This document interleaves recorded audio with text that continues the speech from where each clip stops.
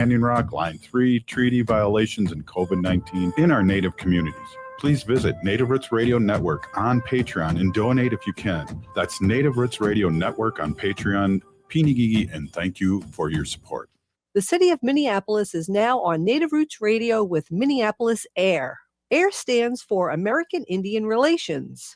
Guest host Christine McDonald talks to people about important things affecting the city's Native communities. Minneapolis AIR dives into topics like public safety, public health, elections, and so much more. Tune in to Minneapolis AIR on Native Roots Radio from 5 to 6 p.m. on the second Wednesday of every month, right here on AM 950. Doherty Family College at the University of St. Thomas offers an affordable 2-year associate degree with a seamless path to a bachelor's. Located in downtown Minneapolis, students receive free textbooks, a laptop, meals, career coaching, tutoring, a Metro Transit pass, mentorship, and paid internships, all at Minnesota's largest private college. Ready to turn dreams into reality? Apply now at dfc.stthomas.edu. Doherty Family College. Your journey to success starts here. Oh, this is Robert Pilot. For Native relatives, healing is more than just sobriety. It's reclaiming Indigenous masculinity as a sacred, balanced force. Join Hunter Thundercloud for Native Roots Radio presents Controlled Fire. We explore how personal recovery uplifts our communities. It's time men step back into roles as mentors and spiritual leaders. Recovery is collective, and it starts with us. Tune in the first and third Wednesday of every month at 6 p.m. for Native Roots Radio presents Controlled Fire. Let's tend the fire together. The city of Minneapolis is now on Native Roots Radio with Minneapolis AIR. AIR stands for American Indian Relations. Guest host Christine McDonald talks to people about important things affecting the city's Native communities. Minneapolis AIR dives into topics like public safety, public health, elections, and so much more. Tune in to Minneapolis AIR on Native Roots Radio from 5 to 6 p.m. on the second Wednesday of every month, right here on AM 950. With your AM 950 weather, I'm Brett Johnson. Look for clear skies tonight with a low around 45, Saturday sunny with a high near 66, and Sunday sunny with a high around 63. Step into the magic of The Wizard of Oz at Children's Theater Company, playing now through June 14th, featuring the beloved songs from the classic film, breathtaking stage magic, and a dog as real as Toto. Get your tickets today at childrenstheater.org. That's childrenstheater.org. Portions of Native Roots Radio may be pre-recorded. It's a good day to be Indigenous. Get up, stand up. They are going to become more brutal. Because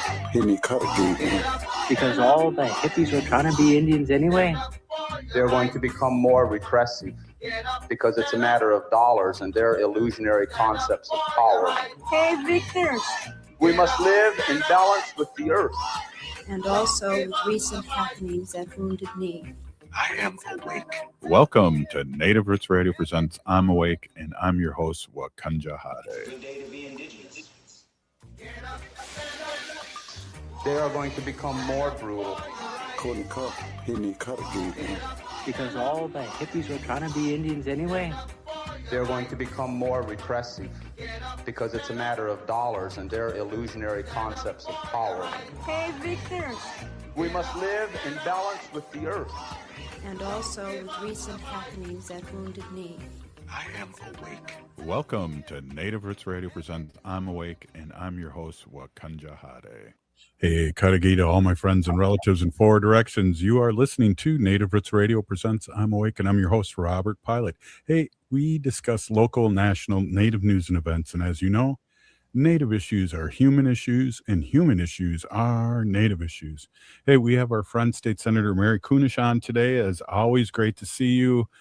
Beautiful day, and getting close to that countdown of 10 days for you, and be able to enjoy your life again. But also, it's back to work, and I know you do a lot of visiting of farms and schools, and when you're not in session. Thanks again for stopping in. Hamatakiape, everybody. Yep, we have just about 10 days left in this legislative session, and still lots of work to do. I got a couple of good things off the floor in the Senate. One was that constitutional amendment that I mentioned that would allow us to increase the amount of dollars that are going out through the school trust funds. That was a big, important one. And we worked on public safety this week. We worked on housing issues. We finished a lot of the good pieces of legislation in the Senate and passed them off the floor, sent them over to the House. Unfortunately, because of this tie that is going on in the House, these bills that should go to the floor and have discussion in the House is not happening. The word is that the Leader Damath has them and kind of just dropped them in a drawer, and she's not getting them out. So we need to make sure that those things get out there, because there's really important legislation around HOAs and, as I said, housing, public safety, all of those things that we need to get passed. We just can't. I mean, a session is a terrible thing to waste, and I feel like we're going to come up to the end and there will be much left on the table. So hopefully we'll get things done in the next couple of weeks. But I guess I just want to really congratulate you on your new role as, are you the publisher, or what is your title at the Circle? Congratulations. Thank you, Big Peony Gigi. I am managing editor, but I think the press release said I'm chief managing editor. So I think I get a headdress or something with that. Wow. Wow. Well, that's really exciting. And we know that the Circle is such a valuable asset and resource to our communities here in Minnesota. And I know probably nationally people look online and really appreciate the work that's doing. I mean, what a responsibility. I mean, you've got Native Roots, where you're amplifying Indigenous voices, and now moving into the next media that is going to allow you to expand on that and recognizing the value of Native media as it serves for platforms for discussion. It connects our urban and our reservation populations.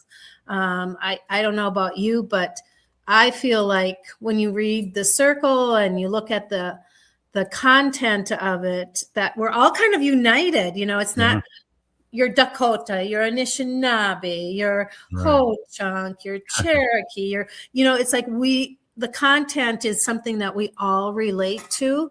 And, thank you so much for taking on that responsibility. And you've been so ethical about this show, and moving that to the Circle is going to make it even better. So thank you so much. Well, I appreciate that, State Senator. And as you know, the magazine started in 1980, so it's been around a long time. And, I think I talked to you before the announcement and said that, we're going to go quarterly on it. It's not going to be monthly, and it's going to be kind of like the New Yorker, and it's going to be uplifting stories, and people like, Susan, Autumn, she works with prisoners now, and she's been doing that under the radar for so many years. And, she was just a teenager when she was in Wounded Knee.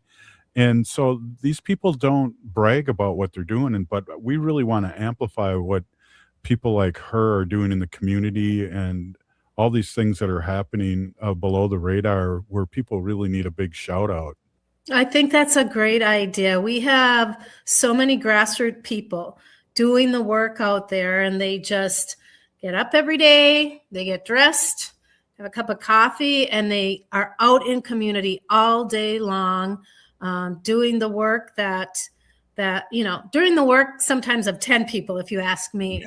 And they do it because of their own resilience, but also recognizing the resilience of our people. And I'm sure they think, if I'm not out here today, who's going to be out here today? And they also deserve a huge, huge thank you. So I'm really excited that you're willing to recognize people like Stephanie Autumn.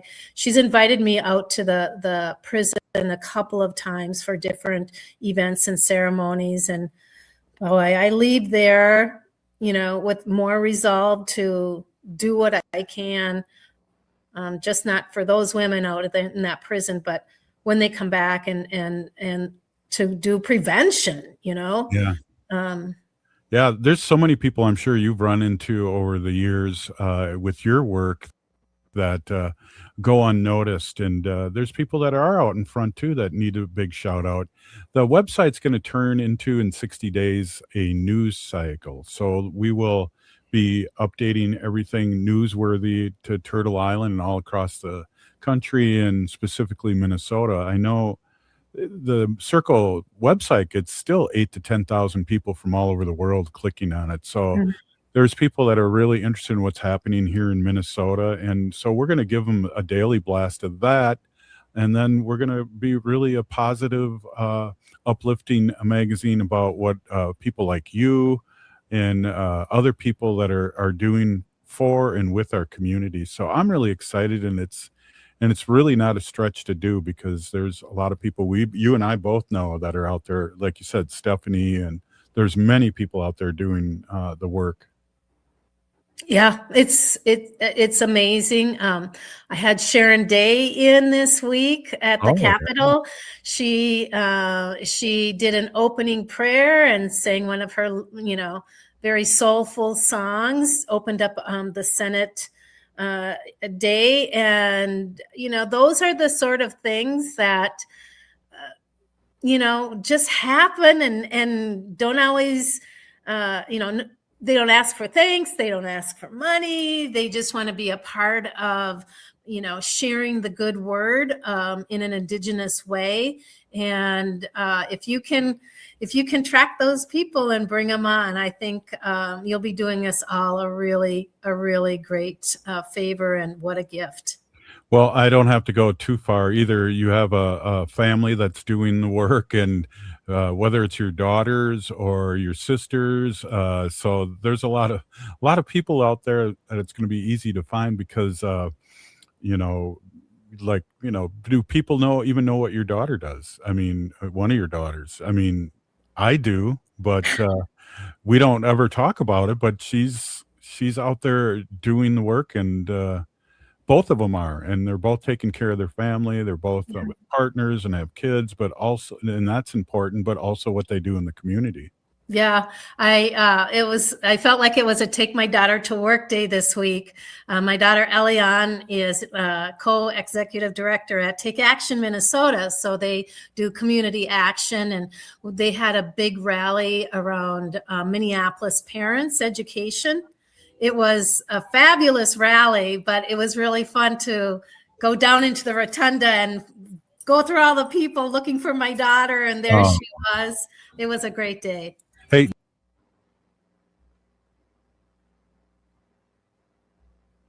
There's a powerful story being shared at All My Relations Arts in Minneapolis.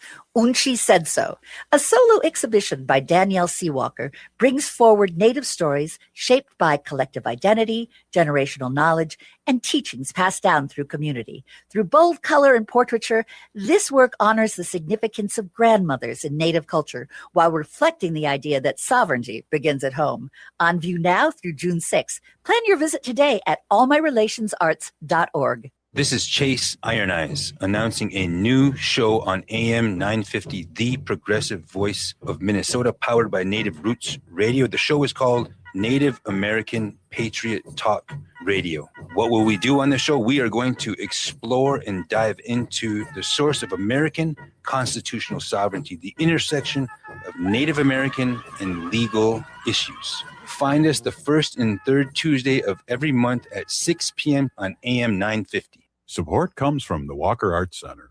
Visit during free Thursday nights. Every week from 5 to 9 p.m., there's something new to explore. Enjoy date-friendly events like artist talks, performances, and exhibition openings, or explore art-making open library hours and exhibition tours. Settle into your weekend among community. Free every Thursday night and free every day for citizens and members of tribal nations. Learn more at walkerart.org. The city of Minneapolis is now on Native Roots Radio with Minneapolis AIR. AIR stands for American Indian Relations. Guest host Christine McDonald talks to people about important things affecting the city's Native communities. Minneapolis AIR dives into topics like public safety, public health, elections, and so much more. Tune in to Minneapolis AIR on Native Roots Radio from 5 to 6 p.m. on the second Wednesday of every month, right here on AM 950.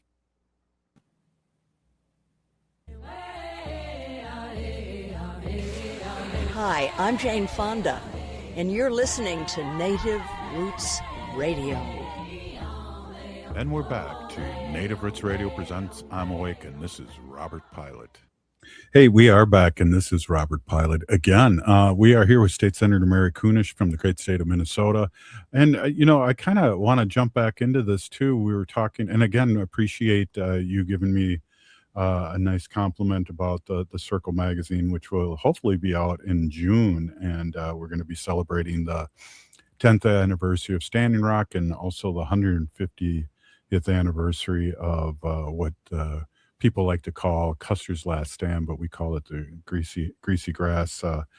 And it's Native American Heritage Month, too. So I want to mention a couple of those things. And I'm wondering, State Senator, if we can finish our conversation about your family. And we rarely, if ever, I think we ever talk about your family and all the things that they're doing. And a great example, you guys are of each other.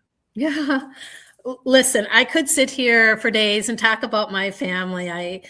For those of you that don't know, I'm one of 13 kids, and we all do kind of unique things in our own unique way. But we're extremely close, extremely tight. My one sister from Fargo stopped in today to see my little grandnephews on her way home. People are always coming and going, but I know when we were talking about my sister Patrice, who now is down in Albuquerque, New Mexico, teaching Indian law. And she worked for the Obama administration and the Biden administration around Indian issues and things like that. She was a lawyer with NARF and just has had her, done gaming law with tribes, just a plethora of things. I have a brother down in Tennessee who works with preserving, restoring, and protecting the burial mounds and sacred sites down in Tennessee. He's been down there for, 30 years. And, just like up here in Minnesota, we know there are things around us, or historically we've known there are things like Mounds Park. We knew those were burial mounds, and yet we make a park out of it. Right. And he brought a lot of that to the mind and the preservation throughout Tennessee. And so those are some of the good works that we did. Last night, I and my sister Kathy, my sister Patrice, and then my sister Annie went over to Wakan Teepee. They had a beautiful little event to recognize that they finally completed the Wakan Teepee. It's just lovely there. It was sort of the grand opening, but not for the public. And so there was a nice little meal. There were a couple of speakers there, and I was really fortunate to be able to secure some dollars to go towards Wakan Teepee and making sure that that building finally got built and that the area is protected while at the same time allowing access. So if anybody is able to get down into St. Paul to the Wakan Teepee, they now have beautiful paths to walk through. They're restoring the grasses and the natural vegetation. There's a beautiful building there now with a great big kind of public room. So if you have an event that you'd like to, or meeting space, that's going to be available. And what's really interesting is that you still see the trains going by. It was as I was listening to the speeches and the talks, I sat there and we're kind of surrounded in all this greenery because there's huge windows. You feel like you're almost outside. And then you just sort of see this train slowly go by, and you're reminded of how the railroad came in and took over that really sacred site. You know, there's the caves down there, Yeah. and the sanctuary that's there for critical habitat. I mean, I saw all kinds of birds flying around. Apparently, there might be a couple of wolves that make that area their home. Yeah. But you know, there's the Walk on Teep, which is what we call in English is the Carver's Cave, and for the Dakota people, that was a sacred site, and it was opened up, blasted open by the railroad, by bootleggers, by all kinds of things to store their things in there, and they ended up destroying a lot of the carvings or the pictures and the artwork that were on there. So it's just really lovely, because if you look at the old pictures, and they have some there, it's just all railroad tracks and railroad cars on these sacred grounds right next to the river. And now all of that is gone. And it's just, you walk in there and your blood pressure just immediately drops. And you're like, this is where I need to be. So that was super lovely. And we need to, give Maggie Lorenz and her team a huge, huge shout out. All the people on the board. Gosh, what was it called before that? Bruce Vento, Nature Center. Right. And all those people that were part of that, but were determined to turn it back into the sacred site that it was. There were a few of those folks there. It was really lovely. And, part of that now as an extension is that they're trying to reopen Phelan Creek. Yeah. Right. Yeah. That would be amazing, because they've done that in the city here. What do they call it? Sunshining it, or Yep. something like that. Daylighting it. There we go. Daylighting it. Yep. And that's a doable thing. And now it's the creek that's been there for thousands of years is underneath the ground. And I didn't they put in, like, I don't even know the number of dirt, because it was so contaminated down there at one time. I believe they did have to haul in. They had to do a lot of cleanup. You think of all the oils and chemicals and things that the railroad would have brought in. I mentioned that it said that was, that we know that's bootlegging land down there, because on the other side are the other caves where they kept all their kegs and stuff like that. But yeah, there needed to be a huge cleanup, and then they had to put a bridge through there, so the Wakantiki had to be changed to its location.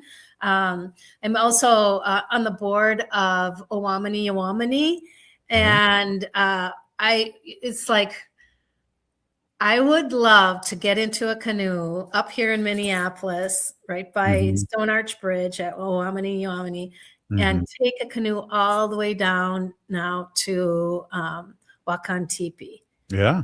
Would that not be so cool? You got a lock and dam to go through, but you can do it. Well, if we put it in under the, below the lock and dam, we'll be okay. Because we have our boat on the river there, so we're in the St. Paul part, but it gets we can go all the way to St. Croix River from St. Paul. Wow. Can you then go up north to Minneapolis? You can only get to Minneapolis now. They closed it because of the Asian carp. They didn't want it to go up there. So that was 4 or 5 years ago. But at one time you could go way up there. Yeah. it's that lock and dam that's in downtown Minneapolis has been decommissioned. Right. And, Oamini Oamini, led by Shelley Buck, Right. another strong Native woman. They have just done incredible things. I was down there on Earth Day with my granddaughters cleaning up. And, it's just amazing how far we've come in 10 years. Well, for me, I always kind of look at the 10 years I've been in the legislature and been able to connect with these programs. And it's just amazing how much we have been able to reclaim as far as important sacred sites in the Twin City area. But also, I'm always so impressed by how many non-Native people are also invested in returning these lands and being respectful. Yeah. And they so desperately want to learn about it. They want to know the history. They want to know the significance. They want to know how they can participate and help. It's pretty fantastic. Sometimes we think we're not doing so great here in Minnesota, and then we look at some of these things. Of course, now we all have to save the boundary waters. Yeah. Everybody needs to be on board there. Right. But it's been just a really great week with a bunch of really great leaders that happen to be women. Yeah, that's not by accident, and I do believe, and it's amazing, and talking about the Mississippi River and the things that are happening, and you use the kind of the stop post or the signpost of 10 years ago. That's how long Native Roots Radio has been on. I was just at Native American Community Development Institute, and that's how long Robert Lilligren's been working with them. So there's a lot of great things, and I think 10 years ago, 10 years ago, a lot of things did shift, and in a good way. And so I appreciate you bringing that up. And we got like 10 seconds left. I really want to thank you for all you do, and always having an uplifting segment here on Native Roots Radio.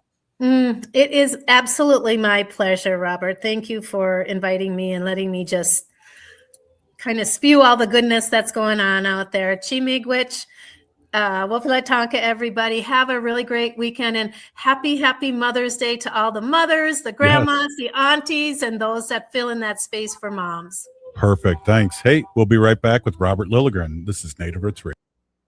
There's a powerful story being shared at All My Relations Arts in Minneapolis. Unchi Said So, a solo exhibition by Danielle Seawalker, brings forward Native stories shaped by collective identity, generational knowledge, and teachings passed down through community. Through bold color and portraiture, this work honors the significance of grandmothers in Native culture while reflecting the idea that sovereignty begins at home. On view now through June 6th. Plan your visit today at allmyrelationsarts.org. Hey, it's Robert Pilot from Native Roots Radio. For a meal that feeds your soul and health, check out Gatherings Cafe. Located in the renovative Minneapolis American Indian Center, Executive Chef Vernon Defoe and team serve up incredible indigenous flavors. Gatherings Cafe has amazing bison tacos featuring lean protein from native wise, corn tortillas, and homemade sides. It's fresh, local food rooted in ancestral knowledge. Stop by for breakfast or lunch. That's Gatherings Cafe, where tradition meets innovation. Support comes from the Walker Arts Center. Visit during free Thursday nights. Every week from 5 to 9 p.m., there's something new to explore. Enjoy date-friendly events like artist talks, performances, and exhibition openings, or explore art-making open library hours and exhibition tours. Settle into your weekend among community. Free every Thursday night and free every day for citizens and members of tribal nations. Learn more at walkerart.org. The city of Minneapolis is now on Native Roots Radio with Minneapolis AIR. AIR stands for American Indian Relations. Guest host Christine McDonald talks to people about important things affecting the city's Native communities. Minneapolis AIR dives into topics like public safety, public health, elections, and so much more. Tune in to Minneapolis AIR on Native Roots Radio from 5 to 6 p.m. on the second Wednesday of every month, right here on AM 950. This is Chase Iron Eyes announcing a new show on AM 950, the progressive voice of Minnesota, powered by Native Roots Radio. The show is called Native American Patriot Talk Radio. What will we do on the show? We are going to explore and dive into the source of American constitutional sovereignty, the intersection of Native American and legal issues. Find us the first and third Tuesday of every month at 6 p.m. on AM 950. Culture prevents so many negative things from happening to us as individuals and as communities. Strong roots begin with a healthy heart. For Indigenous women, heart health is part of caring for community, culture, and future generations. Even small steps can help protect what matters most. Discover ways to support your heart at hennepincounty.gov/hearts-beats, because your heart beats for generations. Doherty Family College at the University of St. Thomas offers an affordable 2-year associate degree with a seamless path to a bachelor's. Located in downtown Minneapolis, students receive free textbooks, a laptop, meals, career coaching, tutoring, a Metro Transit pass, mentorship, and paid internships, all at Minnesota's largest private college. Ready to turn dreams into reality? Apply now at dfc.stthomas.edu. Doherty Family College. Your journey to success starts here. With your AM 950 weather, I'm Brett Johnson. Look for clear skies tonight with a low around 45, Saturday sunny with a high near 66, and Sunday sunny with a high around 63.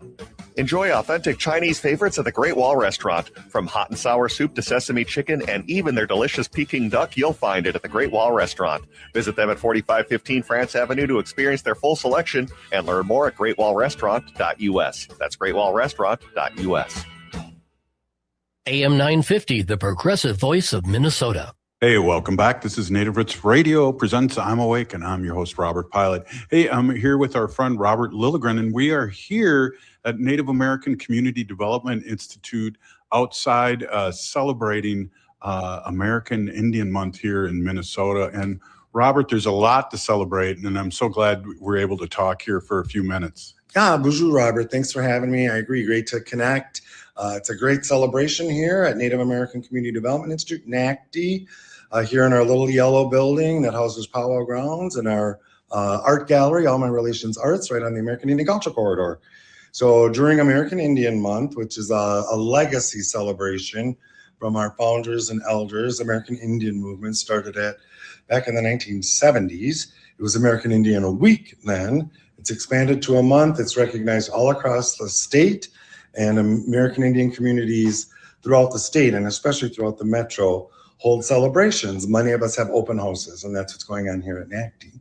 Well, there's a lot of celebrations, and I feel like this whole year is going to be full of celebrations, but especially this month. And I want to give you, and we've talked about this over the years, big congratulations on 10 years here working in your role, but you've been with the organization a lot longer on the board. Yeah, so today is my 10th anniversary working for NACD. Thrilled, and I served as the founding chair of the board.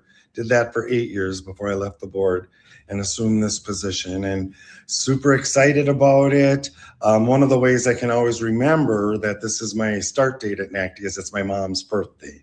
So bless her and now my ancestor, but really grateful. And then our opening today, we always open our events and meetings and things in a good way. And Crow Belcourt opened us in a good way. And then he reminded us that this is his dad, Clyde Belcourt's birthday. And I remember that. He and my mom always shared a birthday. So that made it a little more special. And then Crow Belcourt and a young colleague of his were kind enough to play their hand drums and sing an honor song for me in honor of my anniversary here. Yeah, big congratulations.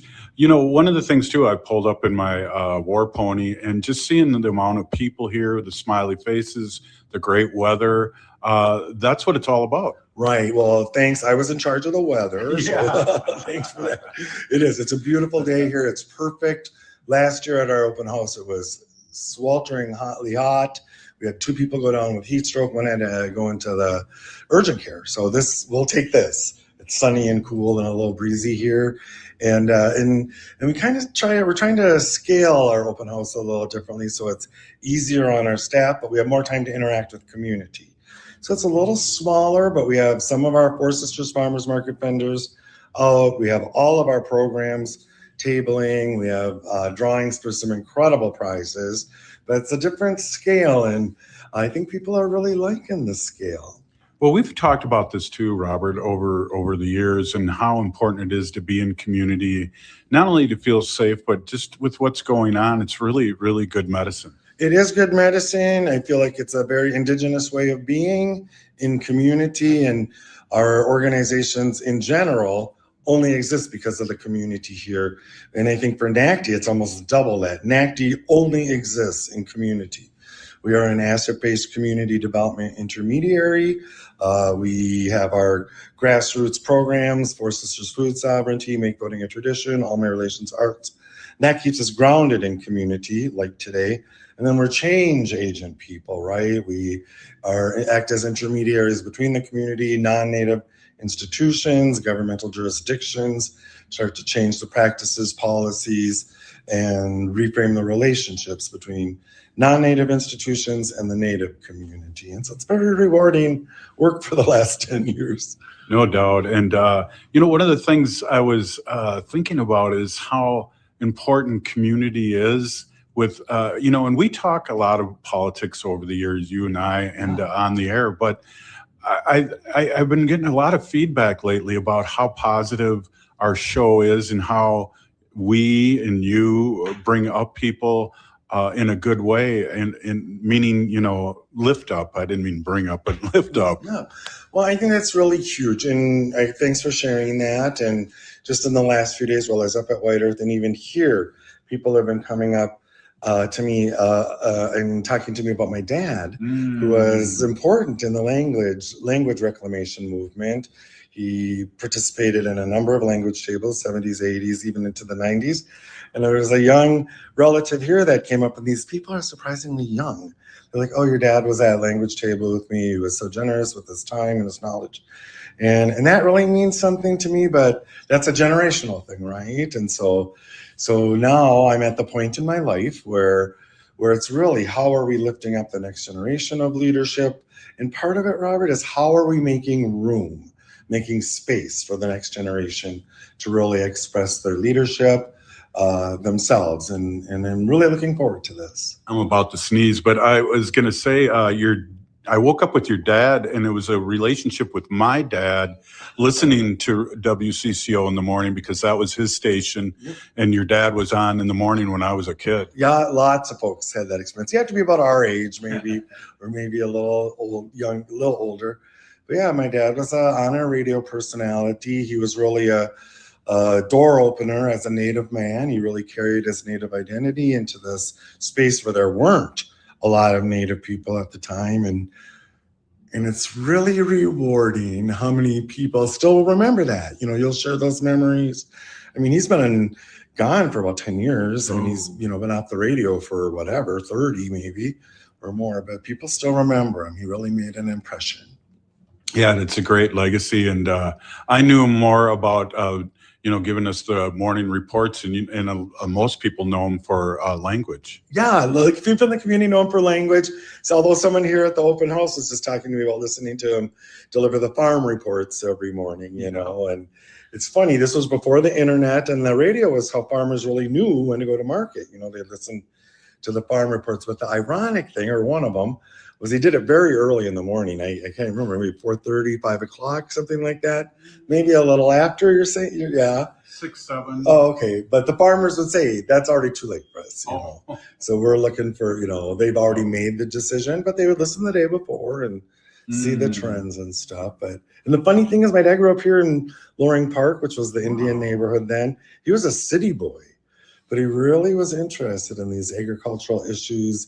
Again, before the internet, he found resources to educate himself. He was always studying things. It's interesting too. And I remember he had a great voice. Beautiful voice, beautiful. And, I used to go to church with him on Christmas at Kitchawattakateri, the Indian Catholic church here in South Minneapolis. And of course, he was always the reader, right? They would ask him to be a reader.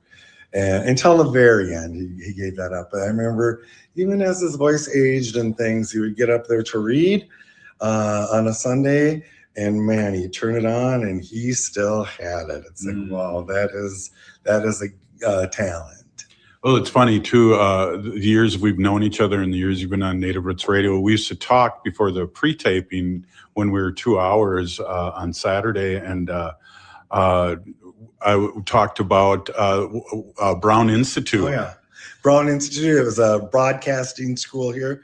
It grew into some bigger things, but my dad was an alum and I was an alum. I worked on the radio a little bit, and just a little bit, but yeah, it was an interesting shared experience. They told me to, they were very kind when I went in there. I was very nervous right after high school. And they said, and it was the guy that used to do weather for Channel 5, Finland or something like that worked there. Okay. And he said, you got a great voice. Go home for a couple weeks and read the paper out loud. Read out loud. Yep, that was the best practice, reading out loud. And then for me, it was having a dad like Chuck Lilligren who made sure we spoke in complete sentences. You know, we were thoughtful. There was certain slang we couldn't use, filler words like, or things. And, he wasn't a strong disciplinarian in the area, but he had standards, right? Mm-hmm. And so when I went out in the world, people think I'm much smarter than I am because I know I can speak in complete sentences. Yeah. I think before I speak. Great lessons to learn as you're coming up. Well, people know that have listened to Native Roots Radio. If I don't have a guest or Wendy or a producer to bounce things off, I become the king of ums. I've been known to put you on track a few times myself. This is true. But we got a couple more minutes. What is the future of Native American Community Development Institute? I don't think we've really ever talked about that. That is such a great question. And, we're an unusual organization. We're an asset-based community development organization, like I said, and we've experienced a lot of growth, strategic, planned growth. And so now we're trying to figure out what this means for the next act of NACD. And it's going to mean something maybe a little different. We're not quite sure yet. This year will be a year of self-examination, strategic planning, putting things in order to continue to grow and continue to serve the community. The focus will be the American Indian Cultural Corridor, also as being our resource hub for the community in a number of areas. I very much believe that community development is essentially individual development, capacity development at the individual community level. So what might that look like? Kind of serving the institute part of Native American Community Development Institute. But we've been experiencing very disciplined growth, and it'll continue to be disciplined, but it's going to be slightly retooled, I think. Wow, that's the great way to wind it up. Again, I wanted to say congratulations on 10 years. And also, one of the things, and I just got a minute left here, and I want you to respond to this. One of the things we talked about is how people work here, meaning putting themselves first. And I want to say something, too. Over the years that I've come here and hung out and everything, there's no big turnover here at Native American Community Development Institute. Not too much. We have a lot of stability. I'm the longest serving CEO. I think the next longest serving staffer is 8 years, and people do stay here. And you touched on it, and this came up during the lovely presentation recognizing my anniversary earlier today. But this approach of putting yourself first, then your family, then the community was taught to me by an elder during the COVID era, and we put that into workplay here at NACD. And just to watch the growth in capacity, commitment of the staff here has been amazing. And I don't know why every company doesn't follow that pattern. Care for yourself, then your family, then the community. Mm-hmm.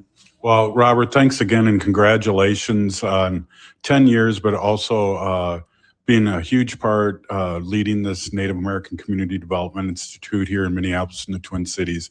Thank you so much for being on. Yeah, miigwech, as always, Robert. Hey, we'll be right back. This is Native Roots Radio.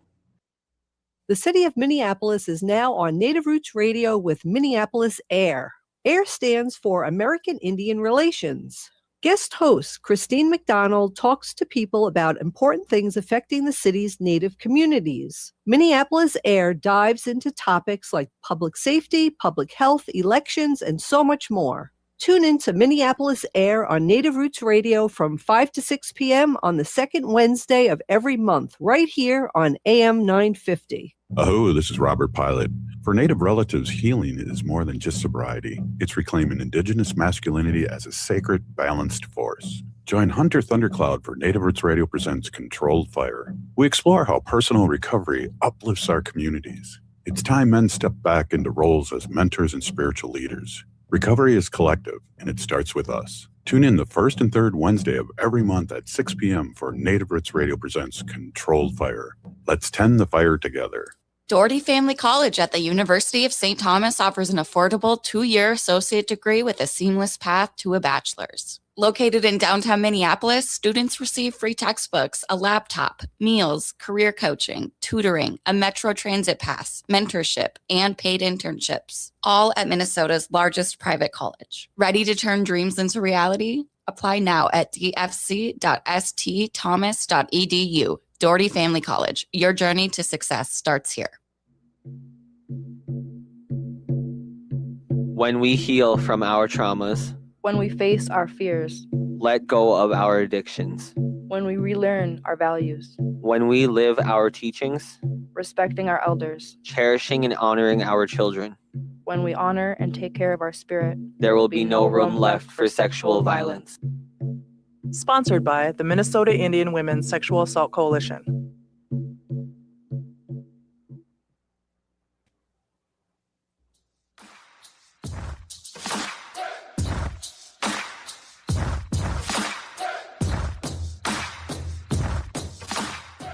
Hi, I'm Tiergan. And I'm Hadley. We're two of the very first listeners, and we're still listening to Native Roots Radio.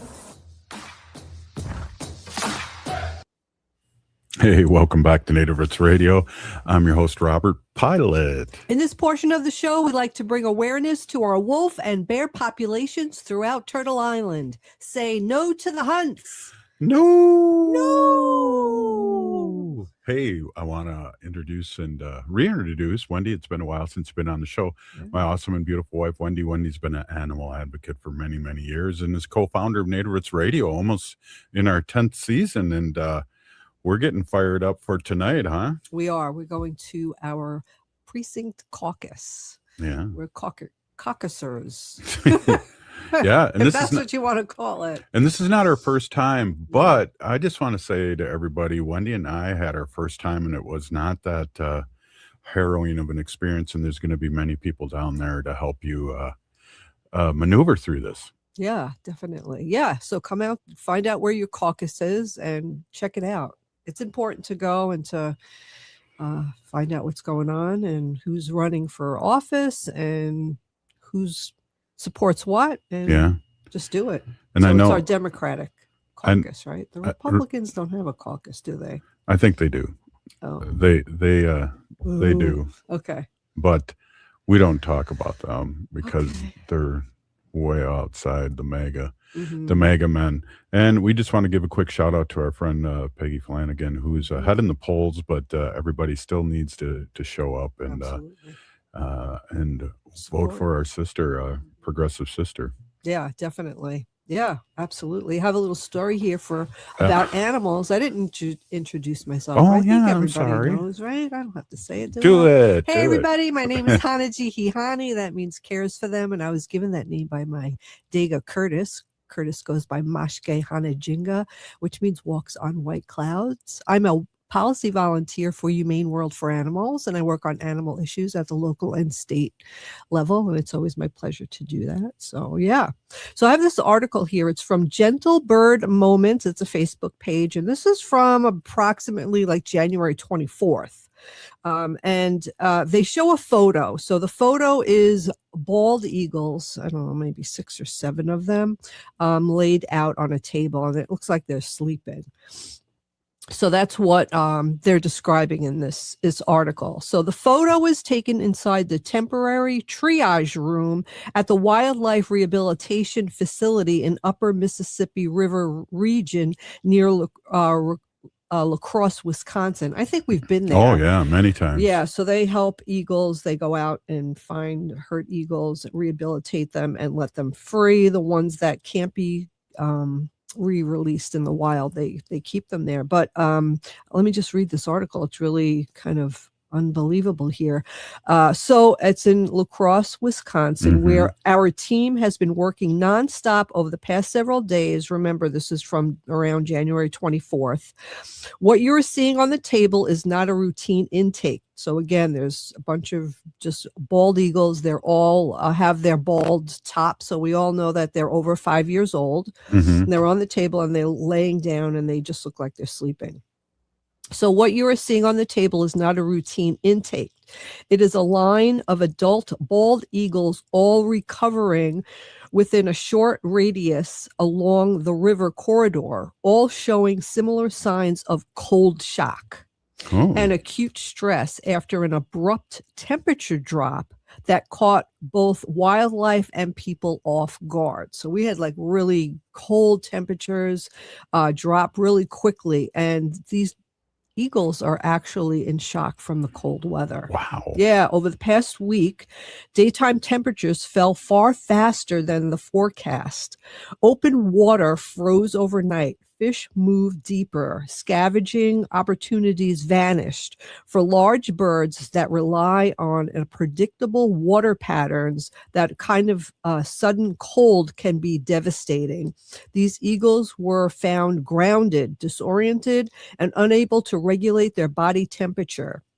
Several were discovered by local residents who initially thought the birds were dead, only to realize they were still breathing when approached. Wow. Yeah, what concerns our team most is not just the number of birds, but the timing. Mature bald eagles are resilient. When multiple adults are affected at once, it raises difficult questions about what is changing in their environment and how quickly. Some of these birds had no visible injuries. Others showed dehydration, slowed reflexes, and signs consistent with thermal shock after the trauma. Wow. Each eagle on the table represents hours of field response, transport, and stabilization. Warmth comes first. They give the birds fluids. Feeding must wait until their system can tolerate it. Recovery is possible, but not guaranteed. And for those watching from home, especially those who remember winters not being like this, it is unsettling to see a national symbol laid out this way. Yeah. There are not only isolated incidents, this is a warning. Right. So we will continue to monitor, treat, and document what we're seeing, and we will keep sharing updates. And many of the birds did recover and were re-released, but that it was just that cold that it was just dropped so quickly, and it, again, it shocked everything and everybody. So, shocked me. Yeah, I think it shocked all of us here. But it's crazy. A side note, and I know this is our sacred animal portion, it just also amplifies how Minnesotans in particular are out there fighting ice, and we appreciate them, and holy macro, it's been cold, and we've been showing our resilience as people. Absolutely. So if you see any animals stranded or they look hurt, just contact your local wildlife rehabilitation center. We have one here in Minnesota, really close by. It's in Rosedale. Yeah, Roseville. Yeah. Roseville. And we've taken animals there in the past, squirrels. I took a bat there once, taken a couple of squirrels. But our animals need help. So we just do. And, I was reading this thing. I don't remember if I talked about this on the radio or not. I can't remember. But anyway, we have our crows in the backyard. Yeah. I'm sure that they're affected by that cold snap too, and many other animals as well, not just the bald eagles, because it affects everything. But we have a bunch of crows that come almost every day, and they eat. But I didn't realize this, but crows can see a color that we can't. It's called ultraviolet. And their feathers have pretty patterns on them, like peacocks. Wow. Yeah, but they're all colored in ultraviolet. So they look black to us, but to each other, they look bright and brilliant. Bright and brilliant, like peacocks to each other. Crazy. Yeah, I would love to be able to see ultraviolet. That would be really... I bet you can get some goggles. I bet you they have ultraviolet. I bet you they do. They have those. They have those. They're like a sunglass, right? They're sunglasses, and they can help people who have colored blindness see color. I've seen that. So yeah, definitely. Yeah, definitely. And I've seen people who are colorblind, and they're given these sunglasses, these special sunglasses for colored blindness. Like I think they're very expensive. So it's like a family gets together and gets their person this gift, and then for the first time they put them on and they see color, and it just like they just look around and it's just like, oh my God, they're like astonished, So like the family will blow up a whole bunch of colorful balloons or bring them to some place that's really colorful. I can't imagine going through life and just seeing black and white. It must just kind of, that is the a Wizard bummer. of Oz movie when Dorothy gets to the Munchkin land and everything turns to color. When she opens the door. Like that. Yeah. And then Anyway. it's even cooler when you sync it to the dark side of the moon. Right. Exactly. How much? Oh, we're done. Yeah, we got 30 seconds. 30 seconds. Say Listen, your piece. there's a lot of animals out there who were stranded because their parents were taken by ice. Check out your shelters and let's donate to them and help these animals in the shelters. And maybe adopt them until they can grab their own babies back, fur babies back. Yeah, that'd be great. Hey, it's Robert Pilot from Native Roots Radio. For a meal that feeds your soul and health, check out Gatherings Cafe. Located in the renovative Minneapolis American Indian Center, Executive Chef Vernon Defoe and team serve up incredible indigenous flavors. Be back to Gatherings